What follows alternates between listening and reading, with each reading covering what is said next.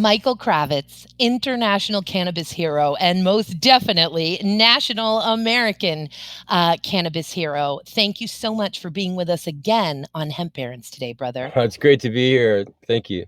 Now, I know, of course, your official role, your most official role, although for a guy who, sits at his computer and works on the cannabis movement globally 14 hours a day, you have many official roles, but you are, of course, co-founder and executive director of Veterans for Medical-Cannabis-access and serve on multiple boards, committees, and advisory roles at the state, international, and national level. You have been such a force for cannabis reform at the international level. And even though we did a whole 3-part series last summer on this to educate the audience and to educate everyone listening, but America in general, over the fact that cannabis prohibition, the fundamental linchpin, the fundamental underpinnings of cannabis prohibition actually exist at the global international level. And what we need to do in order to extract ourselves from that, whether it's from a hemp or from a cannabis perspective. And obviously today on Hemp Barons, we will be focusing on it from a hemp perspective. And I just want to lay out a little bit of foundation here, brother, and then let you run with it. And I'm just going to ask you a few simple questions so that we can set up the different governmental bodies or international bodies that deal with this, with cannabis prohibition and all, of course, drug prohibition, but we're talking about cannabis today. So first of all, there is the International Narcotics Control Board, the INCB. Can you tell us a little bit something about the INCB? That's one organization involved in this. Yeah, so the INCB, International Narcotics Control Board, is just a small group, like 13 members. They're independent, but they're chosen by either the leadership of the United Nations or the World Health Organization picks a couple, Commission Narcotic Drugs picks a couple. These members, this group of International Narcotics Control Board actually has a pretty important role, although it's somewhat behind the scenes. When countries fill out the paperwork that's necessary to file at the UN for the drugs that they use routinely for their treatment of at hospitals or whatever, those very tightly controlled drugs like morphine, for example, they fill out paperwork at the UN so that at the end of the day, there's smooth transit of these drugs around the world, and the countries cooperate well with each other, and people get access to the drugs they need. That's the system. That's how it's supposed to work when it's well-oiled. And the International Narcotics Control Board takes care of that paperwork.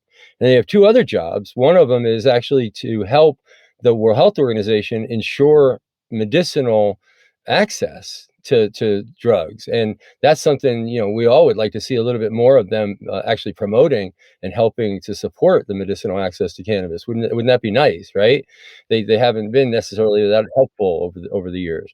And then finally, they're supposed to be like this, called quasi-judicial. But basically what it comes down to is countries don't necessarily always have the expertise inside their country and follow all the history and everything of these treaties.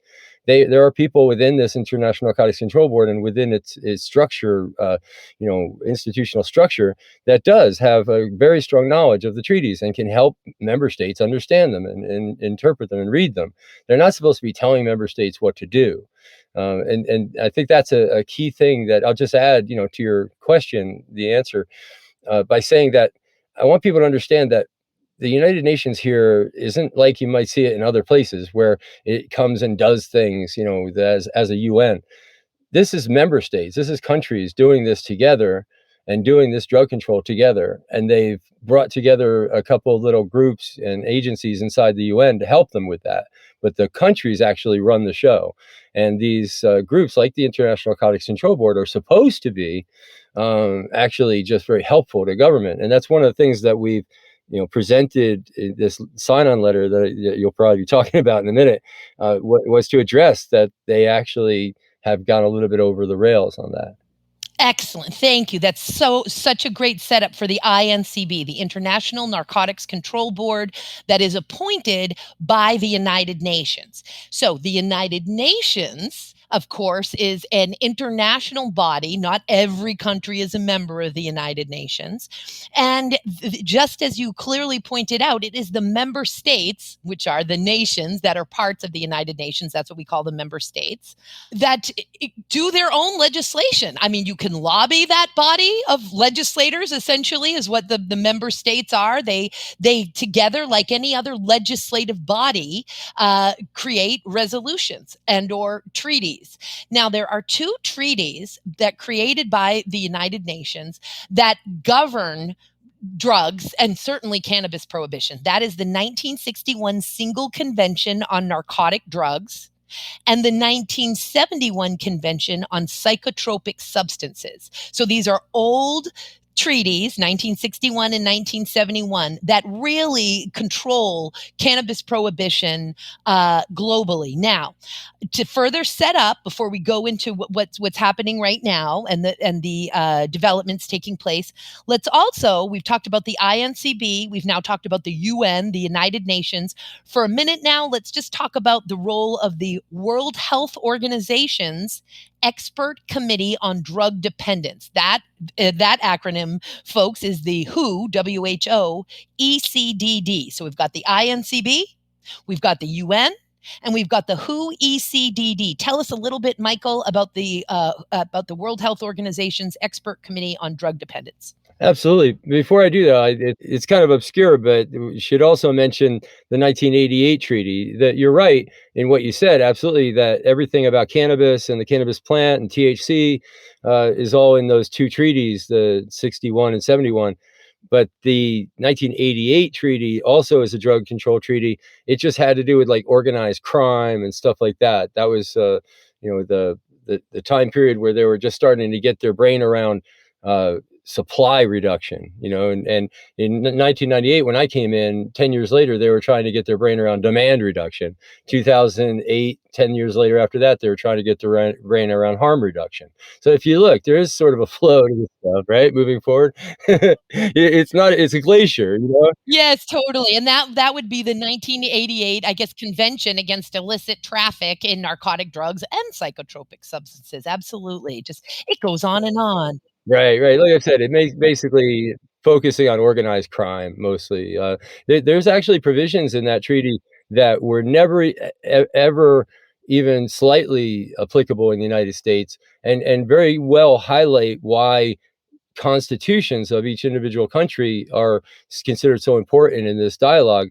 Because if the treaty conflicts with the constitution of a country, the constitution prevails. And in this case, the 1988 convention called on outlawing T-shirts, posters, anything that made drugs out to in some sort of positive light. Think about what that would have meant if it was enforced inside the United States, right?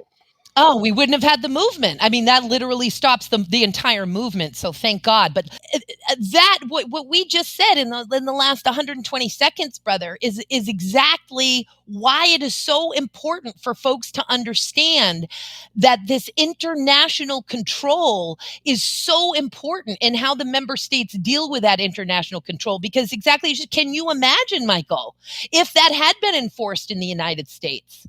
And we would literally not have had a movement. No posters, bumper stickers, T-shirts, websites, all of those things. Like, we wouldn't have been able to do that. It is just absolutely critical that as we work at the state level and as we work at the national level, that we understand the walls will not truly come down until they are taken down brick by brick at the international level. And with that, my brother, will you tell us about the WHO ECDD? Yeah. So the WHO has a special role to play. And when I first started working on this stuff, I thought the World Health Organization was basically part of the UN. And it is part of the, I guess you'd say, the UN family. The United Nations and the WHO are actually separate entities. And if I understand correctly, the WHO has a member or two more, meaning one or two more countries that have signed on. With the drug control, for example, we have 186 countries that signed on. It's not an insignificant number of countries. It represents, I guess what we would call the free world. At the World Health Organization, they have a very strong written relationship with the United Nations on this drug control, where they are given a very interesting role. So this is how it works. There's a drug control program commission that meets in Vienna, Austria. It's called the Commission on Narcotic Drugs, and they do meetings every year, and they make decisions on drugs, and they can actually make the decision, right, on what to do with the drug, but they can't do the evidence collecting or the fact-based recommendations. The recommendations on what to do are made by the World Health Organization. The World Health Organization reviews the evidence, makes a factual determination, makes recommendations for changes up or down in scheduling within the treaty. And then those aren't binding because, again, the World Health Organization doesn't have any role to play in actually making the rules. They just make the recommendation, but the Commission on Narcotic Drugs can't make the recommendation. They can only enforce the rules. It's kind of an interesting relationship, really, in the end, and a very mutual relationship. So the World Health Organization was asked, you're going to love this, by a resolution that came out of the Commission on Narcotic Drugs years and years ago. It was 2009. And Japan and Azerbaijan put forth a resolution trying to outlaw cannabis seeds. And seeds and stalks have always been recognized clearly as exempt under industrial exemption within the treaty. So to make seeds outlawed at the international level was really quite a bit more dramatic, I think, than Japan had realized.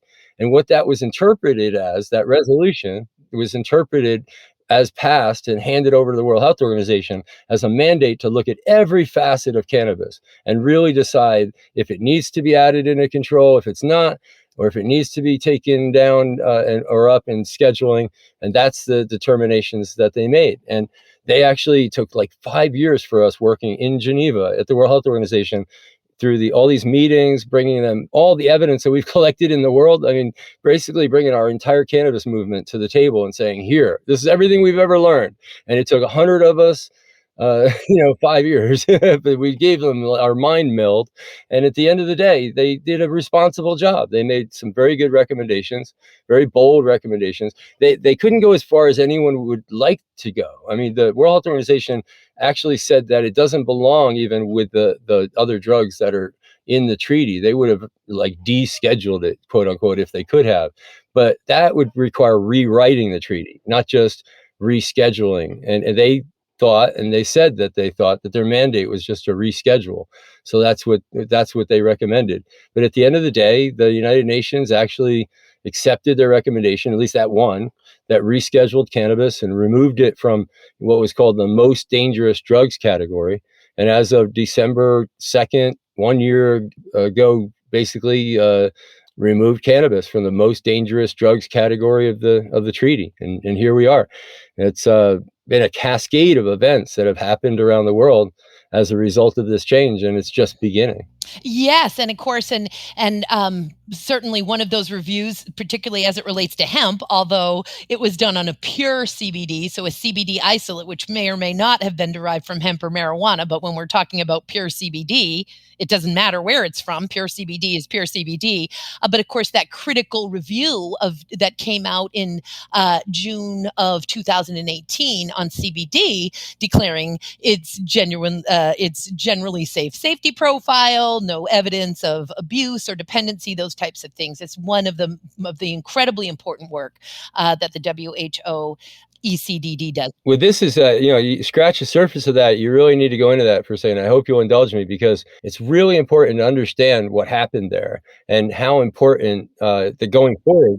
Here's the reality. In March, I'm wanting to address my hemp audience here. We're using the word cannabis and drug quite a bit, and my audience is not used to that. And I want them to understand that we are going to talk about this from a hemp perspective. And so I'm bringing up the fact that hemp is very much involved in all of this. And anything that they do with cannabis that affects hemp is a problem for the hemp movement. And sometimes they do great things for hemp, like the critical review on CBD. So, well, just to emphasize the point that you just made, look at what I just said about Japan. I mean, that could be seen as an attack on hemp. If Japan had succeeded in what they had tried to do, it would have devastated the hemp industry worldwide. So yeah, this stuff might require a little bit of translation, but I get you, and people should really get that.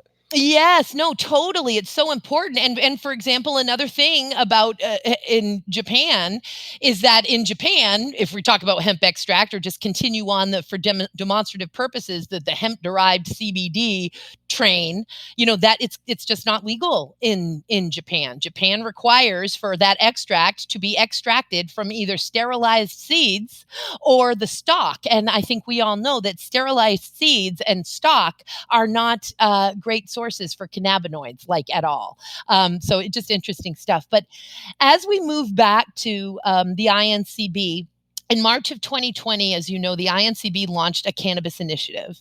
And the purpose was to issue guidelines or a manual of good practices on the international drug control requirements, for cultivation, manufacture, and utilization of cannabis for both medical and scientific purposes, and also to support member states in complying with the 1961 Single Convention on Narcotic Drugs, as amended, and on those requirements, just as you had mentioned in the beginning here. But the draft guidelines raised a series of questions. And on December 2nd of this year, so just very, very recently, thanks to the leadership of FOT and it looks like 188 NGOs, some major letters have gone out about the concerns that have been raised. Can you elaborate for us on those concerns? A letter went out to the United Nations, a letter went out to the INCB from this over 100 NGOs, almost 200 international NGOs. Well, this is our second letter, open letter that we sent. The first open letter was more looking at the bias and the sort of overstepping of the mission, creeping into other areas of interest, like human rights, agricultural rules, industrial applications, and stuff like that. That's clearly not within the mandate of the International Narcotics Control Board. So we sent that letter. And interestingly, just one little comment I'll say about that, which I think really helps seal the gap in my mind of something that I wanted to say. You can boil all this stuff down. Like there's 6 recommendations that the World Health Organization made to the UN, and only one of them was accepted. And it could take me an hour to explain all those other, 5 that weren't accepted. And all this stuff about the different treaties could take me another hour. But actually, in about 30 seconds, I could explain what I think you need to know. And that is the World Health Organization's recommendations at the end of the day really did try to level the playing field between the plant material and the unnatural, non-plant-based copy synthetic drugs that are out there on the market. And in the case of CBD and in the case of THC, there's a clear advantage to companies that want to produce these things purely from synthetic chemicals and not from plant material over farmers that want to produce the plant material to produce these cannabinoids. And that's a disparity that the World Health Organization tried to correct with its recommendations. And it's a disparity that we called a bias when we were looking at it in their writings of their initial guidelines that they came out with. So, and to bring it up to today, now we got a really good response from our initial complaints, and we weren't alone. There were a lot of other countries and around the world that were saying, I guess, similar things, so the International Narcotics Control Board, I guess, did reel it in a little bit and not, be so bold in what they were trying to tell countries to do. Like I said, they're not supposed to be telling countries to do anything, right? But they also shut down the process completely. All of a sudden, it went from hard to see into the windows closed. So now this current letter is like, hey, why be so secretive? I mean, you're being more secretive than the UN Security Council. Is that really called for? So much so. And now let's talk. And of course, the 3-part series that we did with you and Kenzie on hemp barons last summer was so fantastic and went into those 5 recommendations. But let's talk now some more about what is going on at the international level. Basically, we know that the 1961 Single Convention on Narcotic Drugs was very clear and specific. In fact, it's just baffling, with as clear as it is, that we are in this outrageous position. It was very clear that these substances would be scheduled based on their medicinal or drug value, No, that convention, the Narcotic Drug Convention, had absolutely nothing to do with industrial purposes of this incredibly useful and versatile industrial crop. It was not supposed to even go there at all, yet they have included those industrial purposes. Can you elaborate on that for the audience, Michael? Yes, it's something that in our research and in our work, we're actually working on a journal article right now. Kenzie is drafting an article, author of a wonderful piece that hopefully will be published pretty soon on just this issue about how this all works, this industrial exemption in the International Drug Control Treaty.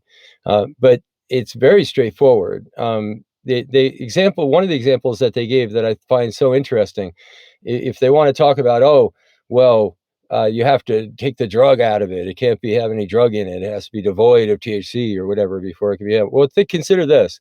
In the commentary of the treaty, it says it gives the example of morphine being used in photographic developing, and you can't demorphine morphine. It's morphine, right?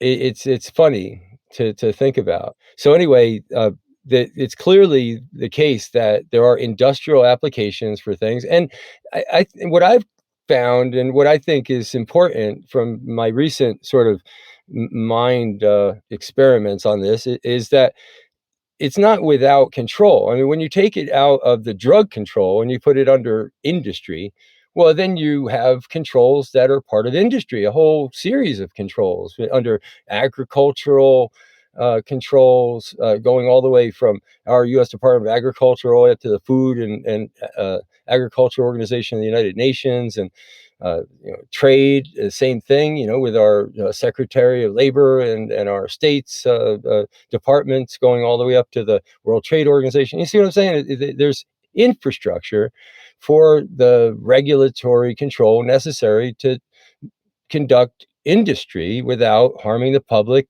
and for the greatest benefit for the public welfare. And that's the real trial. That's the real question. Is this something that overwhelmingly can be done in a way that produces a net benefit over the net negative? And I think that our treaty, these drug control treaties, in our estimation, have really undergone a change in their interpretation from the beginning. We really get the sense from the beginning of these treaties that their goal is to try to keep the genie in the bottle. In other words, they're creating some really heavy duty pharmaceutical drugs. And as a result, they're creating all kinds of stuff that, is really scary and dangerous. And they need to keep that from getting out, and being diverted into some sort of public access. That would be horrific. And that is, I think, what the drug control treaties should do, protect the public from very, very dangerous substances that are being created as a result of our pursuit for pharmaceutical benefit. That's what it's all about. It's about medicine. If you claim something as medical value, or you're in the pursuit of a medical benefit and doing research, then the treaty is going to continue to be something that is going to be relevant to you, even if you're dealing with hemp. That's the line. That's the world that we live in. I think, one last thing I'll say on that is that at the end of the day, when we get cannabis and maybe even coca as well in the near future out of this box and allowed to be used in commercial use, reminding people that they probably have a Coca-Cola not too far away from them that has actual coca product in it. And countries like Peru and Bolivia and others that have been growing this stuff and using it traditionally for eons aren't able to participate in that commerce in a righteous way because of the drug control treaty. No, that's industrial use, and can be controlled and regulated, and we're going to work towards that. But even though at the end of the day, that drug control treaty is still going to be there, that is actually, as the World Health Organization put it, is preventing people from getting good and reasonable access to medicine and making it harder for them to access medicine. And that's unacceptable. The drug control treaty needs to be effective at protecting us and helping us to protect ourselves from some awful, mind-numbingly dangerous drugs. And at the same time, it needs to be able to support medicinal access, promote medicinal access.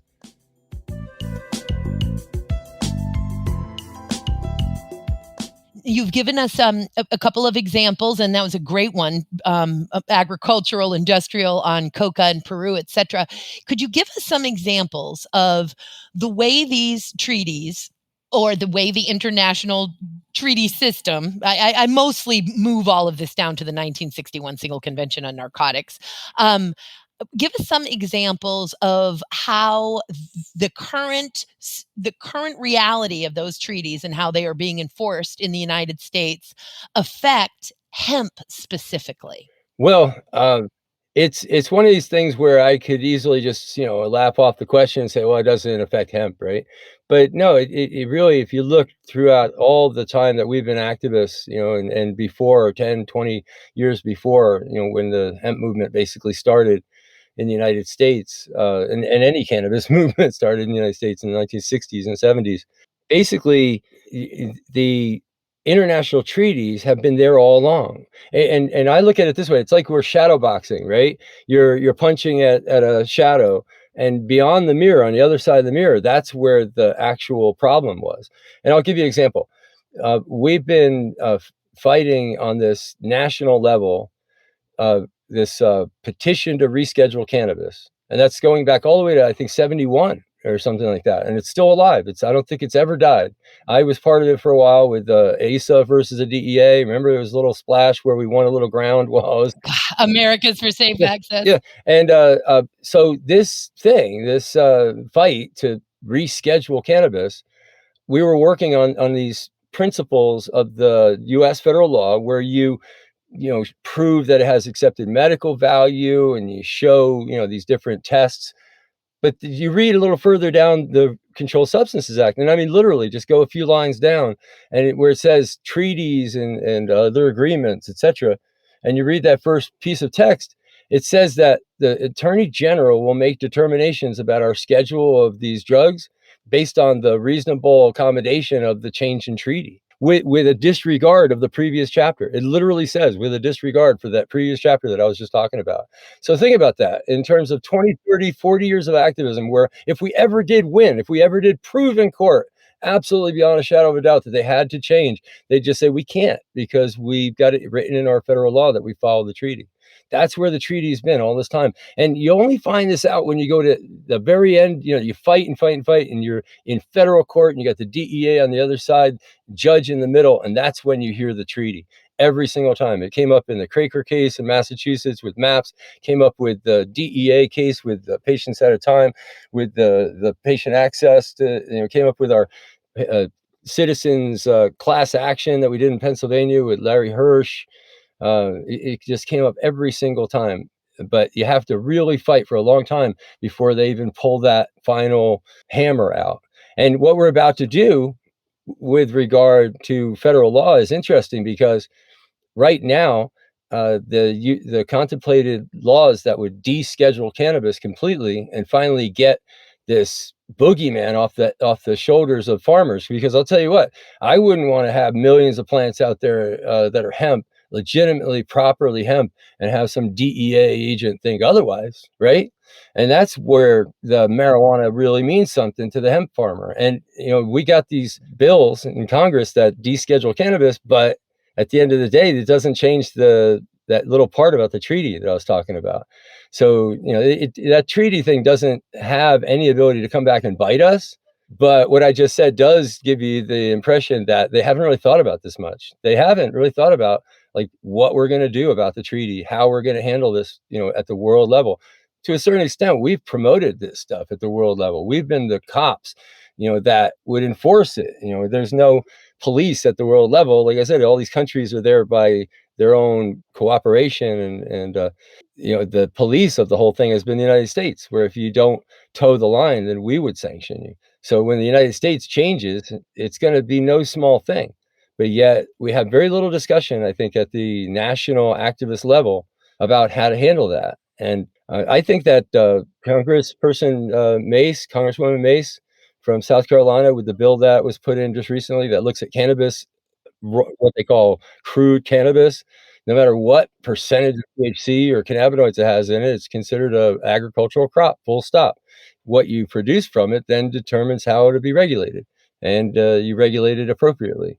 That's how we need to move forward, and we need to heal this divide, bring everything together. Absolutely. And in that, in fact, ASTM, American Society for Testing and Measurement, another organization not related to this entire drug control scheme that we're talking about, but however, very related to creating standards and testings and measurements for things. They, of course, have the D37 Committee on Cannabis, and are basically working to define different types of cannabis for its end purpose, regulating it for its use, as you have continued to say throughout this interview. So there would be medical cannabis, there would be nutritional cannabis, there would be industrial cannabis. These are all different forms of cannabis, but regulated for their industrial use. And then there are obviously various standards and testings and measurements for each industry there. But point being that that's where we have to move through, get as quickly as we can, separate ourselves or heal ourselves from decades of hysterical propaganda and prohibition and all of that social engineering, and just and leave that behind and shut it off, and then begin to regulate this very versatile, valuable plant for its intended use. What is it being grown for, and regulate it that way from there. And the other thing that I want to just mention is that it comes up all the time in DEA world. And in fact, and we certainly haven't dealt with or thought about, our government doesn't seem to be thinking about the decisions that they're making with this plan. And I'm glad, as it affects the 1961 Single Convention on Narcotics, because you'll see the DEA over the years, whether it's lawsuits, whether it's various petitions, whether it's press release or other statements or interim rules or interpretive rules, they will say, well, sorry, our hands are tied, hemp, because we're a signer and we're a member of the 1961 Single Convention of Narcotics. So all of these years they've been saying that, and they're still saying that and over with marijuana, with adult use and medical type cannabis. But we managed through legislation, through federal legislation and years of the movement, obviously, to get the United States to interpret its relationship or obligation to the 1961 Single Convention of Narcotics differently. Although I guess what I really should be saying is we didn't exactly point that out. I don't think anyone really said to the legislators, of which there were many, who created and co-drafted the 2018 and 2014 farm bills, for that matter.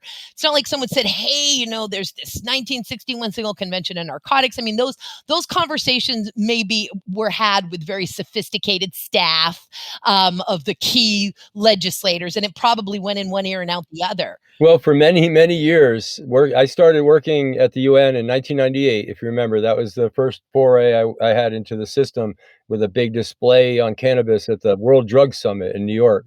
And ever since then, since 1998, and in that entire time, when I gave briefings to leadership in the hemp movement, every single time I spoke, pretty much, I said, hemp is exempt, hemp is exempt. So it's such a spring reaction. It's hard to say, we might have, that's the point of my work in many cases, is to make sure the person that is likely to need to say the right thing can say that right thing. And often, how do you fight a 5-alarm fire? By kicking over the can, into the sink, that started the fire, right?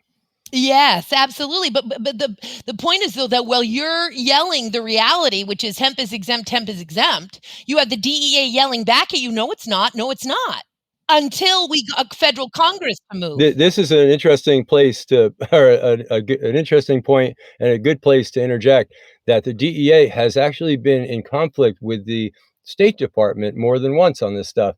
The State Department, as is very correct, interpreted that you can actually contract out cannabis. You don't have to grow all the cannabis.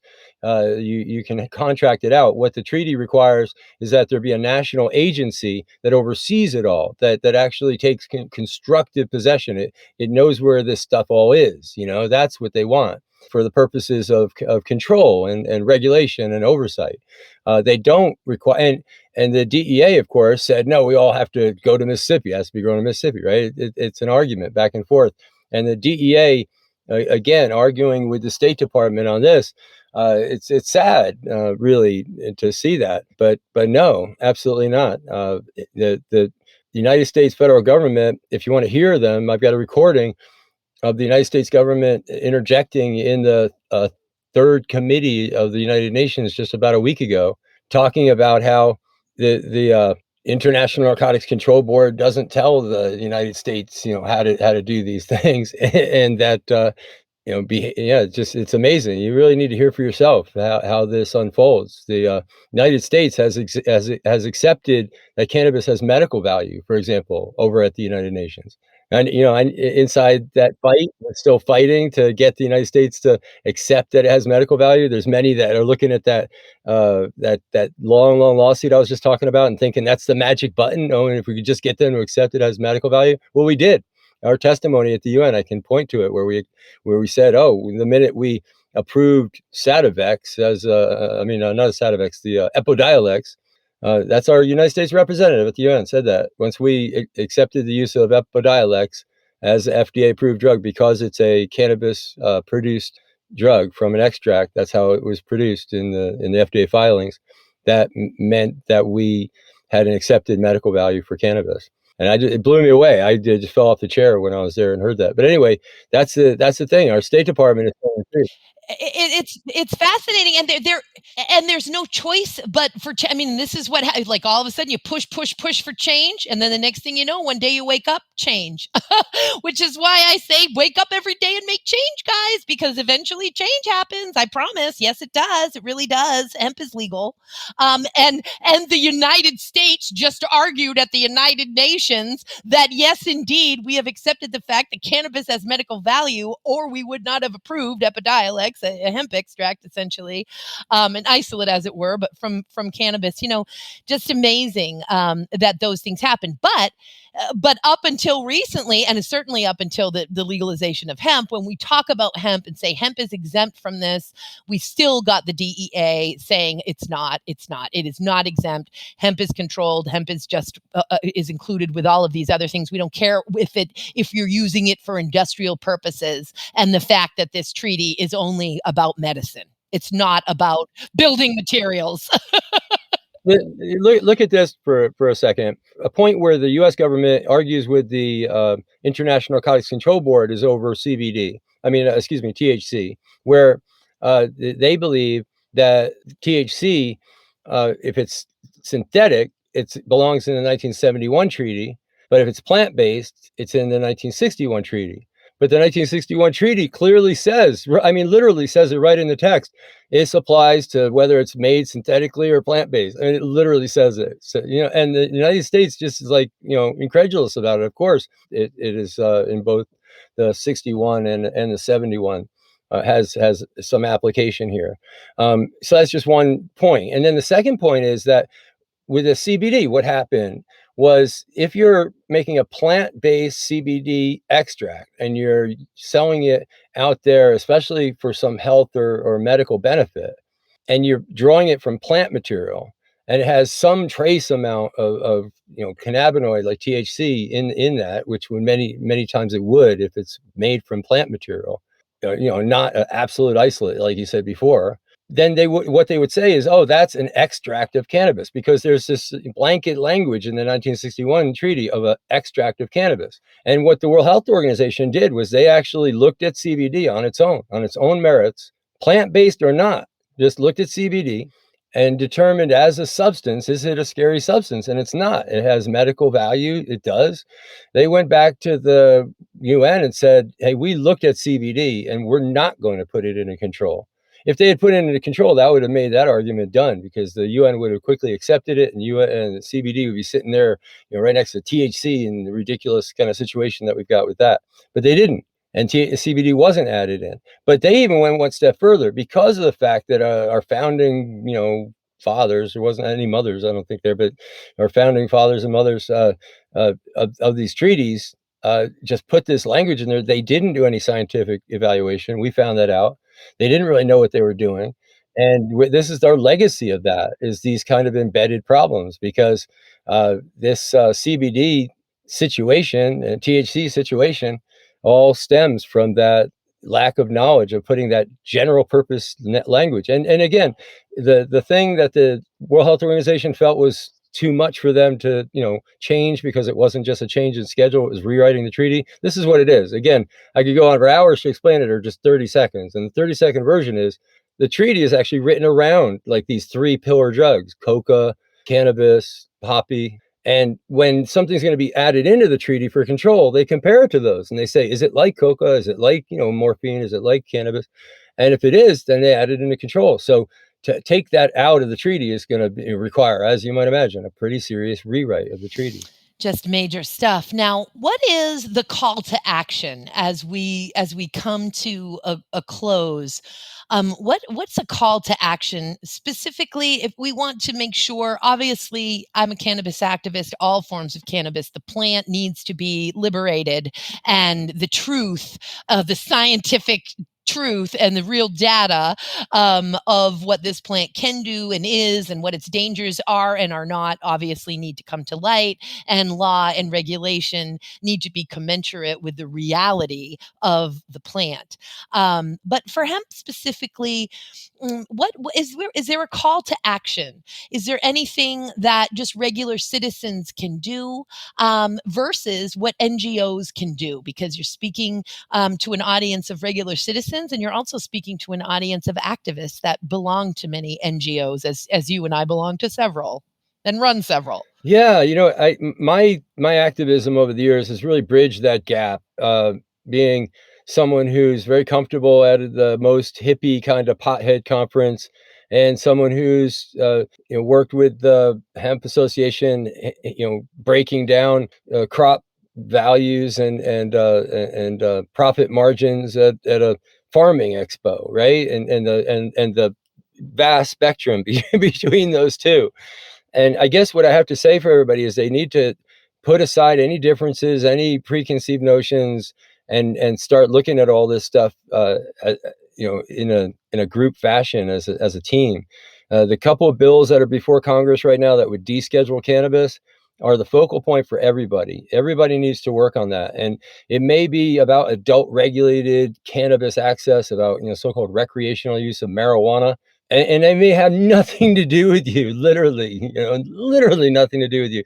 A million miles away from your hemp farm out there in Idaho. But you share a common value, which is to get the government out of your hair. We really need to be able to have this plant be treated as an agricultural product, so that you can grow it, in various ways, and have the protections that are afforded farmers in our system of agricultural production. And the short-term thing that I'm working on with this treaty change is actually medical. And again, if anyone is aspiring to get into CBD products for medicine, things like that, it may very well help to get cannabis out of Schedule 1, because again, it's just a peripheral problem that spills over into your space, I think, is how I would say it for the hemp side. Over and over and over again. And while CBD certainly gets so much attention, Well, I just want to say that the thing that is in our U.S. law that's connected to the treaty that won't stop us at all from legalizing cannabis will actually provide the way for the Attorney General to reschedule right now based on that treaty change. And I've talked to lawyers in the movement, and they're like, well, how do we make the Attorney General do this? And I'm like, wait a minute, it's written in the law. All he has to do is follow the law. Why isn't the Attorney General following the law? As best I can tell, if the Attorney General followed the law right now, based on the treaty changes happened right now, we should have either 3, 4, or 5. And 3, 4, or 5 schedule would take a lot of the heat off this conversation. I really think so. Absolutely. No, it most definitely would. And so the call to action, whether you support other forms of cannabis than hemp or not, whether you are completely against other forms of cannabis than hemp or not, the reality is we're talking about the cannabis plant. And if you're in the hemp industry, and if you are growing hemp, you are growing cannabis, and you're in the cannabis industry. And we've got to liberate this plant. It will continue continue to affect the hemp industry. It will continue to be an expensive and barrier to entry thorn in the sides of hemp farmers and hemp entrepreneurs and citizens wanting to take maximum and optimal advantage of the versatile, valuable hemp crop if we do not liberate this entire genus of cannabis. And so supporting that at the federal level and at the international level, lobbying our representatives for the United States at the United Nations. That's key. That's what's here. And last but not least, Michael, is there something that I missed, a question you wish I'd asked, or something you want to make sure that you tell the readers before we say goodbye? I mean, the listeners before we say goodbye. I'm so sorry, guys. Well, they may be reading this. It was a transcript. But yeah, I think I would extend a message. I was sort of leaning on talking to the hemp farmer there, but I would talk to the cannabis, marijuana, if you will, activists out there, and just sort of tell them as well, be careful. I mean, we need to work together. Hemp is legal in the United States and can help bridge this gap and bring cannabis up and make things on par and fix this, help us fix this. But cannabis can, look at it like a person that's floundering around in the water. You need to not drown the person that's trying to save you, right? So our cannabis movement, our marijuana movement needs to be very careful and cognitive, not to screw up the hemp movement as we're trying to find parity. And I think that's the responsibility of our marijuana movement, really, is to work on this and not drag down hemp, not step in the way. We had activists in Virginia fighting back and forth, where some activists broke off and were fighting against the farmers being able to grow CBD crops to produce a CBD product that they could sell in the marketplace, and only allowing the CBD to be sold as a pharmaceutical. That's the position of the International Narcotics Control Board that we're fighting against. So it's not just at the international level that we have to fight these fights. Yes, no, that's generally also a normal position. The National Organization for the Reform of Marijuana Laws, unfortunately, in many ways as well. And so we've got to constantly, which is case in point of how important it is for us to work together. What an awesome way to end this great interview, Michael. We'll have you back again. I cannot thank you enough from the bottom of my hempen heart for your tremendous and ongoing tireless work on this issue, brother. Thank you for everything that you do, and thank you for being with us on Hemp Barons today. Oh, it's great to be here. Anytime, Joy. Anytime. Thanks.